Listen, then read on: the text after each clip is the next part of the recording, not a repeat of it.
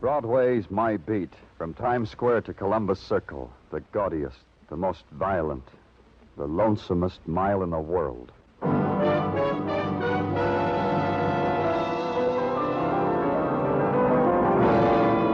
Broadway's My Beat, with Larry Thor as Detective Danny Clover.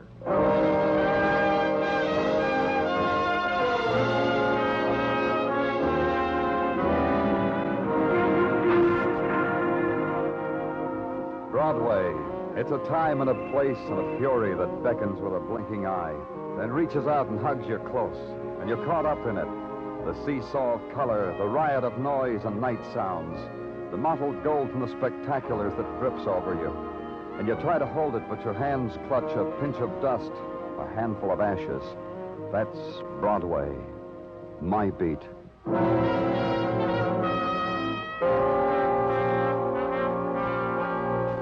Scattered in the streets, there are cubes of silence, spotted so that the roar of the city rolls against them, ebbs. Municipally designated hospital zone, quiet, do not blow horn. Pain creates its own sound. It doesn't mix well with the voice from outside.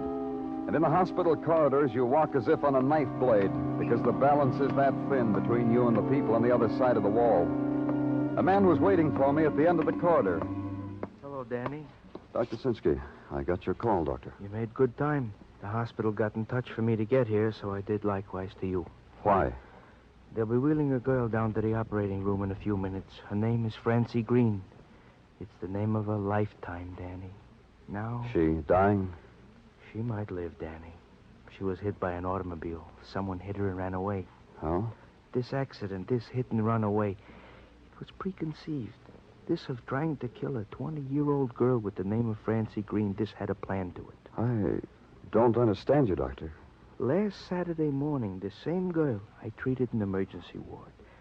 A man with a handkerchief tied over his face tried to beat her to death. But she screamed and the man ran away. I gave her compresses and kind words. But her lips were trembling. I couldn't stop that. She was terrified. Go on. Tonight, Danny, I talked to her. She said someone tried to push her in front of a subway train yesterday. She just felt someone's hand on her back. Tell me, Danny, who could need the death of a 20-year-old girl to make him happy? The girl, what about her? Sells cigarettes at a place called the Oasis. She's coming now, Danny. Francie, you'll be all right. I'm a policeman, Francie. I'm Danny Clover. Find out who wants me dead. Find out. The girl turned her head away from me, shuddered, and let the pain wash over her, because the flow of pain was better than the brutal touch of death. Then she turned back, and her eyes were restless shadows of fear that wouldn't sleep, that nothing could make sleep.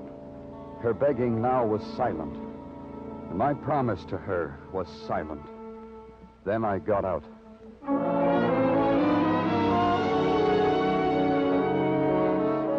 The Oasis was one of the caves on 52nd Street where the shriek of trumpets was chained to the walls, where loneliness was bartered for the lament of saxophones, where a voice was close to your ear because you wouldn't have heard it otherwise. All alone, kid? Yeah, Did you pick this hole, or did it just come on you like something you've been dreaming? I picked it.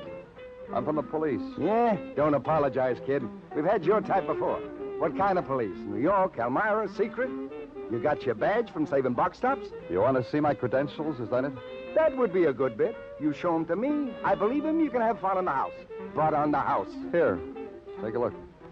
I believe him. Have fun. You said on the house. You can say that? Henry Miller, proprietor, master of ceremonies, caller of the dance. Time magazine says of me, and I quote, colorful owner of perhaps the worst nightclub in America, but without doubt the best time in the world. What do they say about Francie Green? The cigarette girl? They didn't get around to her. You got a bit with Francie? I asked because most of the time I'm like a father to her. Then you know she's in the hospital. The doctor says she might die. But you'd know that, being like a father. All right. I'll split hairs with you.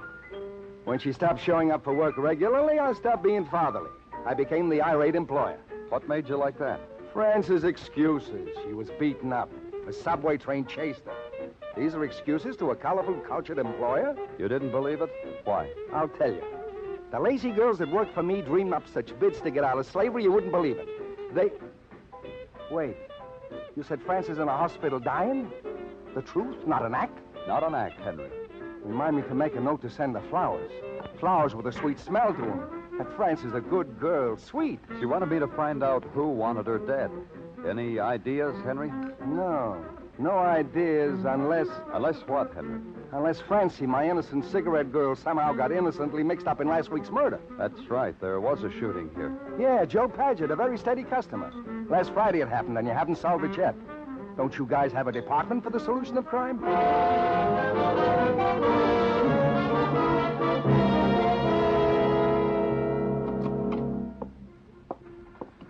Good morning to you, Danny. May your day be merry and bright. What's the matter with you, Tartaglia? Oh, lack of sleep, Danny. The pink eye were over last night. The who were? The pink eye, Mr. and Mrs. Pincus. Plural, pink eye. Latin. Well, and the pink eye kept you up late. Making canasta after canasta. Salt to the wound. As Father Salvatore said, it's the luck of the pinkorum. Tartaglia. Father Salvatore said that and demanded a new deck. Laughingly. Tartaglia. Huh? Oh, yeah, Danny. Did you get that memo I left you? Yeah, I got it, Danny. The girl, Francine Green, the operation, this way and that way. Dr. Sinsky doesn't know yet. Go on. The solution of the murder of Joe Paget, who was found shot to death in the men's powder room at the Oasis nightclub last Friday night, to wit. Solution of crime is being undertaken by Detective Muggavan. Yeah, I know. What progress? Progress? To wit. Joe Paget was a bricklayer by profession with a wife by marriage. Good union man, home lover, 100% substantial. It is his wife who concerns us at the moment. She concerns us? How? Well, she had a perfect alibi. The night of the shooting, she was playing hostess to a sewing bee on her block. But there's something strange. Yeah, you did that good. Now tell me what's strange. At the time Muggavan questioned her, Danny, the next morning, there was a guy there who held her hand and wiped away her tears. What guy? A guy who the police also questioned, a guy named Ray Fennell. Ray Fennell. Now it's Ray Fennell who concerns us at the moment. As indeed it did.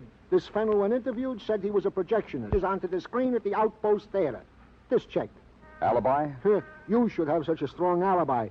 At the time of the murder, Ray Fennell was in jail.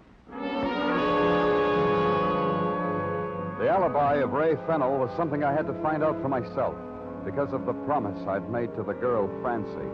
Because I had to find out for myself.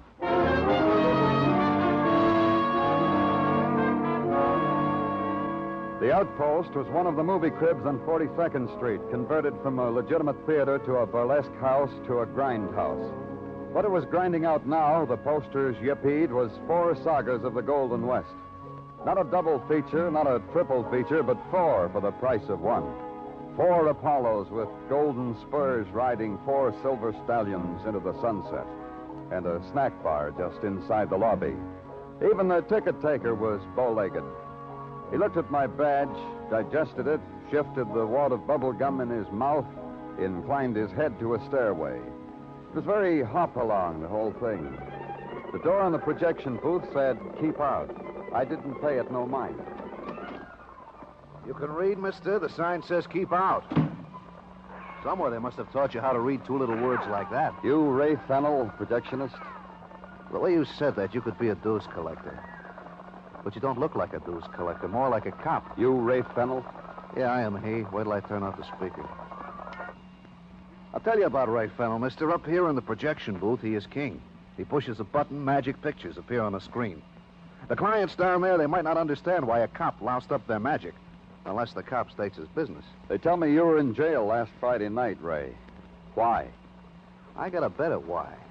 Why don't you goons leave me alone? All week you've been dirtying up my days and my nights. Why did they put you in jail, Ray? It don't register. Insults don't register on you guys, huh? It's on the book, mister. Ray Fennell, drunk and disorderly. I get 1 lousy night off a week, the clients put me in the drunk tank. All you clients make me sick. A man was murdered last Friday night, Ray. Do tell. They tell me you know his wife. Do tell. It's your turn. I'll tell you like I told the others. Yeah, I know his wife. Mrs. Paget and me, very friendly. I know her for a long time. Even before Mr. Paget, the cold and dead Mr. Paget. And you've been consoling her for his death. Much better than a consolation prize. Ask Mrs. Paget. You could almost say she's happy her husband's dead. And you? How about you, Ray? What's good enough for Mrs. Paget's good enough for me. Oh, now look what you made me do. I don't pay no attention. The film breaks. You won't mind if I take myself away from you to fix this? Yeah, I mind, Ray. Leave it alone. You'll square this dereliction of duty with the management, with the union, with the clients. The clients get restless. Hey, listen to them. They'll understand. All of us clients understand things like that. But some things we don't. You don't say. Like what? Like about a girl named Francine Green. You know her, too, Ray? Never heard the name. Never laid eyes on her. You're building something, aren't you, mister? Yeah, we want to know why somebody wants her dead. It's easy, mister. Everybody wants somebody else dead. Take my good friend Mrs. Paget, for instance. And you, for instance. Let's go, Ray. Are you crazy? I can't leave this booth. Yes, you can. Call your relief or whatever you have to do. Then let's go. Why? Why? You goons got nothing on me. I've been over it 1,000 times. I got the alibi. It's all down in your little dime store notebook. Don't get excited, Ray. Now you've heard the name Francine Green. All I want you to do is look at her. And I want her to look at you.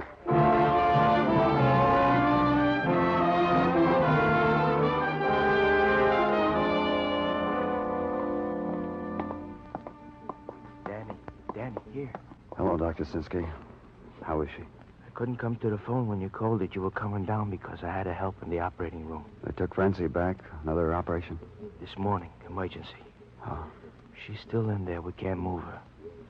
Here, slip this robe on. We'll go into the operating room. You'll see her. This is Ray Fennell, Dr. Sinsky.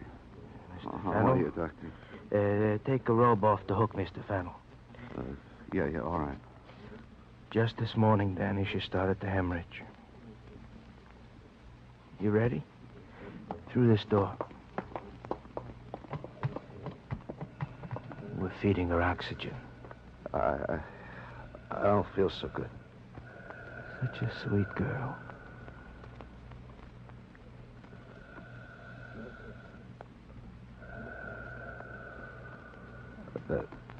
No good at all.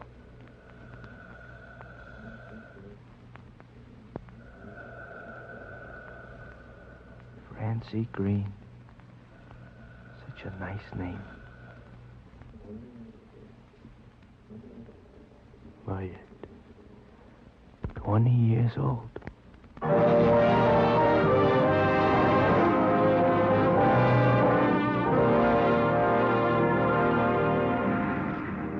Of all the shrill, insistent voices on Broadway, the voice of death is sometimes the hardest to hear. But it's there, and finally it will be heard, as Broadway heard the whisper of the dying of Francine Green. To Broadway, the fact that Francie had been a cigarette girl in a nightclub gave her shroud some glamour. But the fact that her dying was the final sum of the brutal violence committed upon her, Broadway shrugged off. A girl like that, they said, what can you expect? At headquarters, we felt differently about the dying of Francine Green. Sergeant Gino Tartaglia, he felt different about it, too. Danny, it frightens me. Sometimes I wake up in the middle of the night and it frightens me. What does, Tartaglia? Everything. This job, this metropolis, we call a metropolis. This young girl, Francie, who shouldn't have died, but died anyway. Tartaglia. Wait. Let me finish, Danny. Let me spill it out. Otherwise, I'll be ripe to fall into the clutches of a psychoanalyst or some other professional man. Even my domestic relations with Mrs. Tartaglia have become strained. Oh? Yeah, Danny. I screamed at her last night. I raised my voice to Mrs. Tartaglia in front of the Tartaglia children. All she was doing was hoovering around me. Hoovering? Yeah, with a hoover. She was performing a necessary domestic duty like vacuuming the Tartaglia rug, and I scream at her just because I am so internally upset about this murder of Francine Green. Feel better now, Tartaglia? Is it all right to go ahead? Yeah, Danny. I've told you my feelings on the matter. So now let us proceed to the chores of the day. Anytime you're ready, Tartaglia. The alibi of Ray Fennell, the projectionist, has been checked and rechecked as per your command. The records show he was veritably in the drunk tank the night of the murder of the bricklayer Joe Paget, arrested by Patrolman Samish. Yeah, it doesn't get us anywhere, does it? That's not my department, Danny, to get us anywhere. I'm only a cog in this infernal machine we call living. There's a connection somewhere, Tartaglia. There has to be. Paget was killed last Friday night. The attacks on Francie began right after that. Well, whatever you say, Danny. I also have here an item that might or might not be of interest to you. Oh? What is it? The body of an unidentified man was washed up in the East River last night. The consensus is that he was murdered. You want it? No, give it to Detective Kenny. Anything else? Nothing, Danny, except I am filled with a great sorrow over the death Yeah, I know. Is it all right with you if I leave now? Well, whatever you wish. Where you going? To call on Mrs. Joe Paget. I want to know how she feels about all this. May your venture succeed in success, Danny. Leave me know how it comes out. I'll add it to the record. Oh, Danny.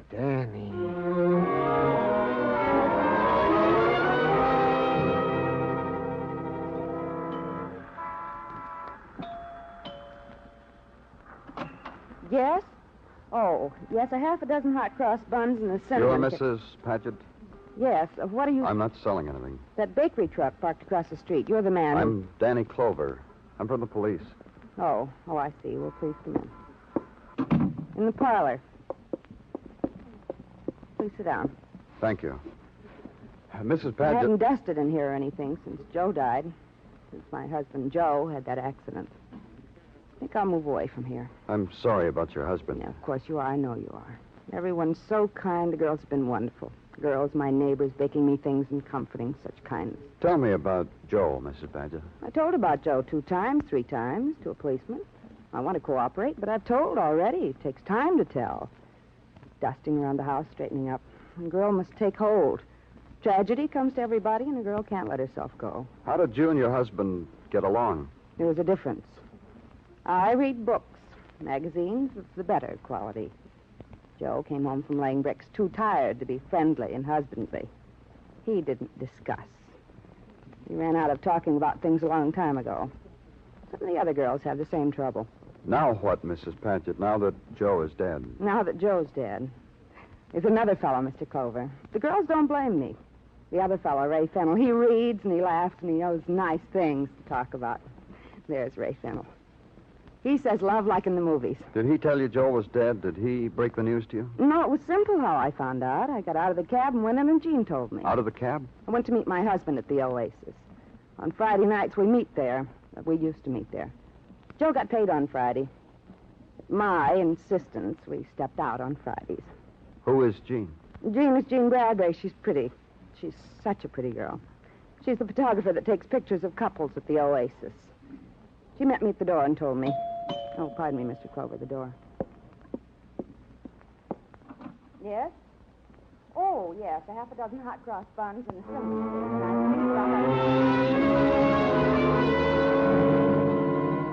There was nothing after that. She offered me a slice of cinnamon cake, and I said no. I asked her whether there was anything else she could tell me. She said no, so I left.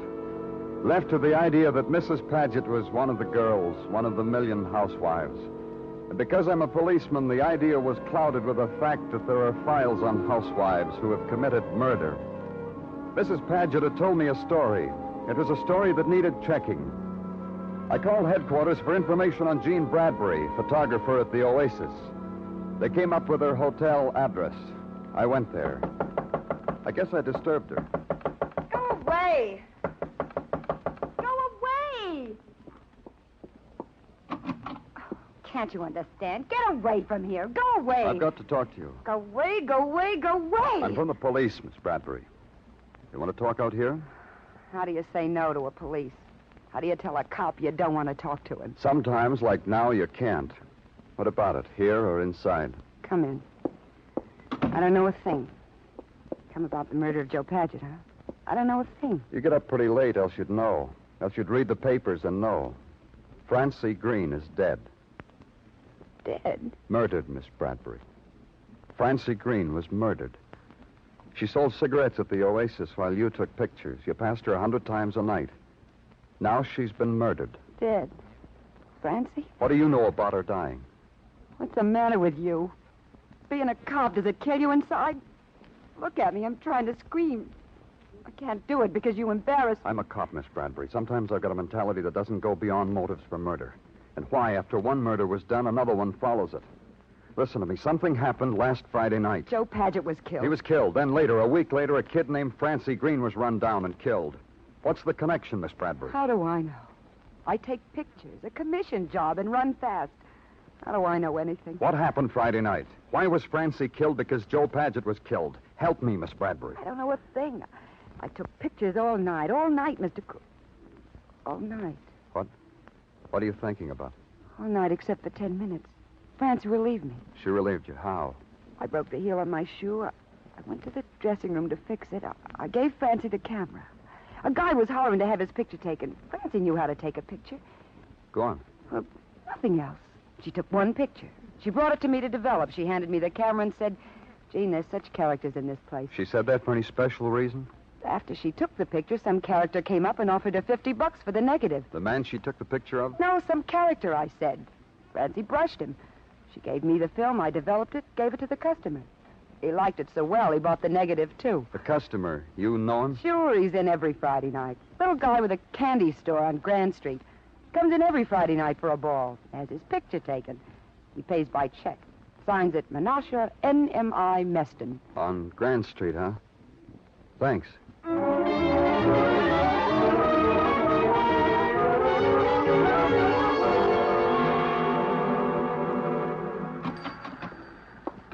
you in a minute, mister. At this moment in eternity, I'm busy. It's all right, Menasha. Take your time. Thank you. Making up an order of confections for the shindig Mrs. Rosenblatt's throwing for his son, Davy. Davy's bar mitzvah tomorrow. Confirmed, you know. Should be with Glick. I will relate to Mrs. Rosenblatt your compliments today. This'll only take a minute. 5 pounds chocolate-covered cherries I got to weigh up. Got already in the sack 4 pounds, 12 ounces. There. 5 pounds to the penny. Who is this Mrs. Rosenblatt getting fancy? Chocolate-covered cherries. I remember when a dime's worth a penny licorice was... how often do you have a son who's bar mitzvah? Now I can wait on you. What is your pleasure in the line of confections, mister? A friend of yours, Jean Bradbury. A doll. She says you took her picture at the Oasis last Friday. Every Friday, Jean takes my picture. Last Friday? Come to think of it, last Friday, no, it was Francie. Anyhow, every Friday I have an anniversary with a different girl. Celebrate some charming thing that has happened to us during the week. Pardon me, mister, but you have a right to talk to me intimately like this? I'm from the police, Menasha. Danny Clover. Oh, then maybe I better explain to you about my name. That N.M.I. in the middle, Menasha N.M.I. Meston, this N.M.I. is an affectation. I picked it up in the Army. I wasn't blessed with a middle initial. I didn't mean no harm by it. May I see the picture you had taken last Friday, Menasha? Naturally, I got them all pinned in the wall. Let's see, which one was last Friday? Oh, this one right here. I remember because the girl is last Friday's girl. The doll, huh? Yeah. The man behind you in the background, you know him? Huh? No, I never had the pleasure. As a matter of fact, now that you point them out, this is the first time I noticed them. Mind if I take the picture with me, Menasha? It gives me such glamour. It's absolutely necessary you should take it. It's necessary, Menasha. Excuse me. That's candy store, huh? Yeah, he's here. It's for you, Mr. Clover. Thanks.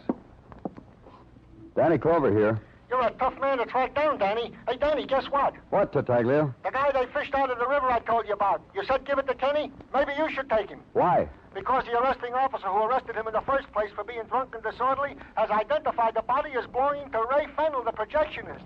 Interesting, huh, Danny? Huh, Danny?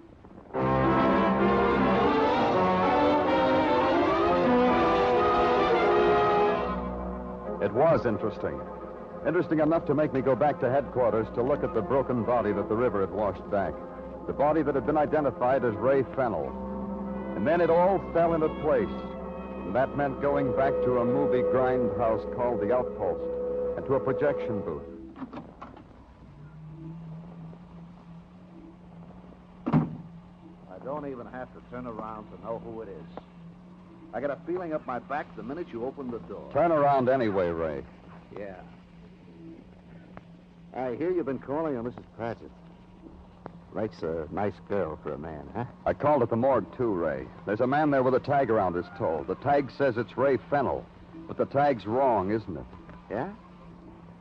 But then maybe only you and me know that. So what is it, Bill? Murder. You committing same. You killed your alibi for last Friday night. But like you say, so far only you and I know that. So let's go and tell the people, huh? Oh, you got corny dialogue for a policeman. Here, I'll prove it to you. I'll flick the switch and prove it to you. Everett, Kansas, there's no call on you to do this for me. Well, there is, ma'am. Cause it's my duty to get the varmints who killed your father. Rustled your cattle. Who's cornier? You or the cowboy? I give you a choice. The man in the morgue, Ray. The same one you hired to get drunk and disorderly enough to be put in jail. Your build, your identification, enough to establish you positively among 100 weekend drunks. You're more fascinating than moving pictures. Go on. Why would I do that? You have created a certain suspense in me. For an alibi, police proven. Your alibi for the time you needed to murder Ray Paget because he stood in the way of Mrs. Paget. That's very funny. Shut up, Ray. I'm not through. Then you had to murder Francie because she took a picture that you were in. You made a mistake, though. Oh? Yeah. You talked to her about the picture. You tried to buy the negative from her. That way you registered on Francie. You couldn't afford that because you were supposed to have been in jail. So you had to kill her. I had to do that, huh? Sure. You should have let it alone, Ray. Who cares about a picture taken in a nightclub? Let's go. It's not going to be that easy. Ray Fennell is not going to let it be that easy for you. Don't be a fool. Kill you and run. What if they caught me? A little more time left for living. Give me that gun. A little more time. Give it to her. Here, Kansas. Drop it. It's no use, Ray. Drop it. Okay, ma'am. Got to be a ride. You're breaking it. Yeah.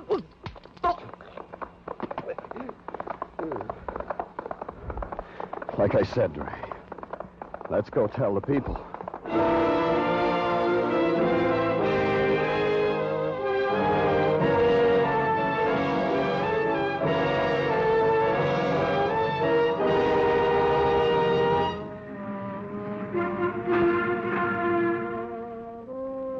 In its midnight fury, Broadway is a mirage, a fragment peopled with phantoms who might be men or women.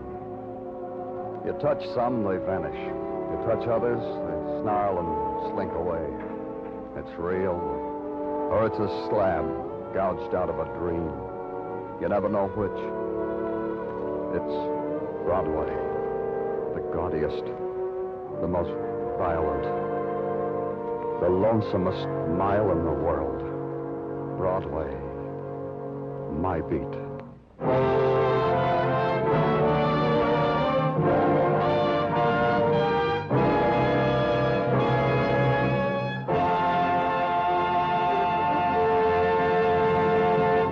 Broadway's My Beat stars Larry Thor as Detective Danny Clover with Charles Calvert as Tartaglia. The program was produced and directed by Elliott Lewis. The musical score was composed and conducted by Alexander Courage.